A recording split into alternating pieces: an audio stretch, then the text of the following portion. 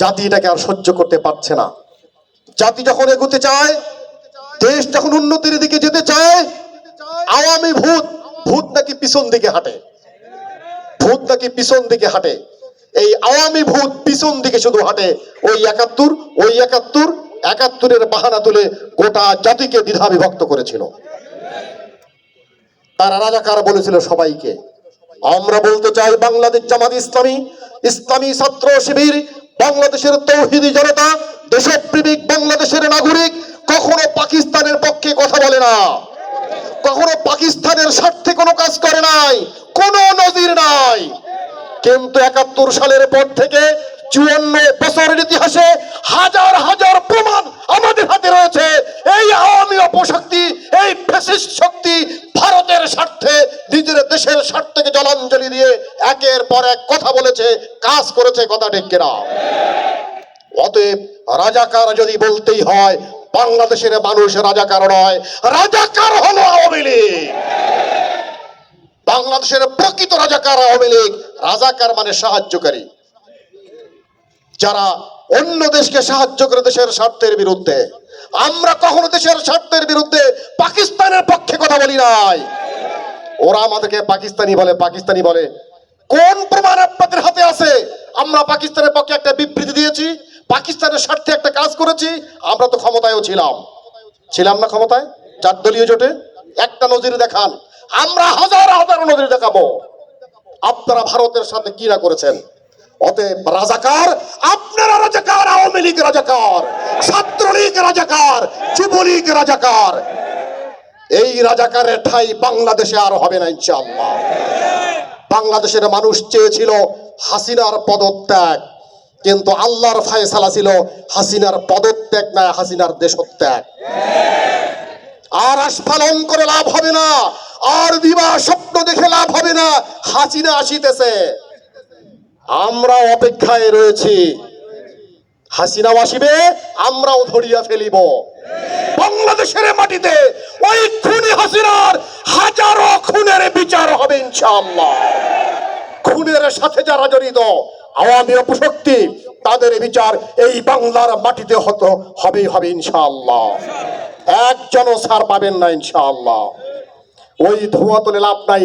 হাসিনা আসিতেছে, দেশের মানুষ পালাইতেছে, আর দেশ হাসিনা জয় করে নিল, কোনো লাভ হবে না।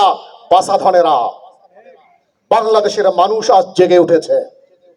প্রিয় ভাইরা, আজকে আমি কথা বাড়াতে চাই না।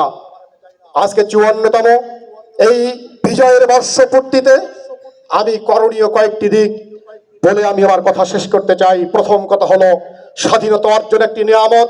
এই নিয়ামতের শুকরিয়া আদায় করতে হবে। আল্লাহ তাআলা সেই শুকরিয়া আদায়ের কথা কুরআনুল কারীমের সূরা বানী ইসরাঈল উল্লেখ করেছেন। ওয়াইজ তাআজ্জানা রাব্বুকুম লা ইন শাকারতুম লা আযীদান্নাকুম ওয়া লা ইন কাফারতুম ইন্না আযাবি লাশাদীদ। এবং যখন তোমাদের প্রতিপালক ঘোষণা করেন, তোমরা কৃতজ্ঞ হলে আমি অবশ্যই তোমাদেরকে বাড়িয়ে দেব, আর অকৃতজ্ঞ হলে অবশ্যই আমরা শাস্তি দেব, এবং সেই শাস্তি হবে কঠোর। অতএব আমাদেরকে আল্লাহ তাআলার শুকর আদায় করতে হবে। এই শুকর আদায়ের পন্থা হলো ৩টি। নাম্বার 1, সর্বান্তকরণে এই নিয়ামতকে উপলব্ধি করা। এটি আমাদের কোনো কৃতিত্ব নয়, মহান আল্লাহ তাআলা চেয়েছেন, তাই আমরা এই বিজয়কে পেয়েছি। কথা ঠিক কিনা? ফাইদা মাসাল ইনসানা দুররুন দাআনা সুম্মা ইযা খাওয়াল্লাহু নি'মাতাম মিন্না ক্বালা ইন্নামা উতিতুহু আলা ইলমিন বাল হিয়া ফিতনাতুন ওয়ালাকিন্না আকসারাহুম লা ইয়ালামুন। আল্লাহ তাআলা বলছেন, যখন কষ্ট দৈন্য মানুষকে স্পর্শ করে তখন আমাকে তারা ডাকে, অতঃপর যখন আমি তাদেরকে নিয়ামত দেই, বিজয় দেই, তখন তারা আমাকে ভুলে যায় এবং বলে এটা আমাদের কৃতিত্ব। এই আওয়ামী লীগের মতো আমরা অকৃতজ্ঞ হতে পারি না। আল্লাহ তাআলার শুকর আদায় করতে হবে। দ্বিতীয় পন্থা হলো মনে মুখে কৃতজ্ঞতা প্রকাশ করতে হবে। তৃতীয় পন্থা হলো মাল্লাম ইয়াশকুরুন নাস লাম ইয়াশকুরুল্লাহ। যাদের মাধ্যমে এই বিজয় সাধিত হয়েছে, যারা বাহানা ছিল, ওসিলা ছিল, তাদের প্রতিও কৃতজ্ঞতা প্রকাশ করতে হবে। যে ব্যক্তি মানুষের প্রতি কৃতজ্ঞ নয়, সে আল্লাহর প্রতিও অকৃতজ্ঞ। প্রিয় ভাইরা, আজকে আমি কথা শেষ করছি। স্বাধীনতার এই সুফলকে ঘরে ঘরে পৌঁছাতে হবে। জাগতিক উন্নতির জন্য 2টি বিষয় আল্লাহ তাআলা ঘোষণা করেছেন। ওয়ালাউ আন্না হালাল কুরআ আমানু ওয়াত্তাকাউ লাফাতাহনা আলাইহিম বারাকাতিম মিনাস সামা। তাকওয়া ভিত্তিক সমাজ গঠন করতে পারলে আল্লাহ তাআলা আসমানের দরজা জমিনের দরজা খুলে দেবেন, গোটা সমাজ শান্তিতে ভরপুর হয়ে যাবে। প্রিয় ভাইরা, স্বাধীনতা অর্জনকে বসে থাকলে চলবে না, ভাগ্য উন্নয়নের জন্য আমাদেরকে চেষ্টা করতে হবে। এই স্বাধীনতাকে রক্ষা করতে হবে, বিভেদ ভুলে আমাদেরকে ঐক্য করতে হবে, দেশকে ভালোবাসতে হবে, দেশের পণ্যকে ভালোবাসতে হবে, দেশের পণ্যকে ব্যবহার করতে হবে।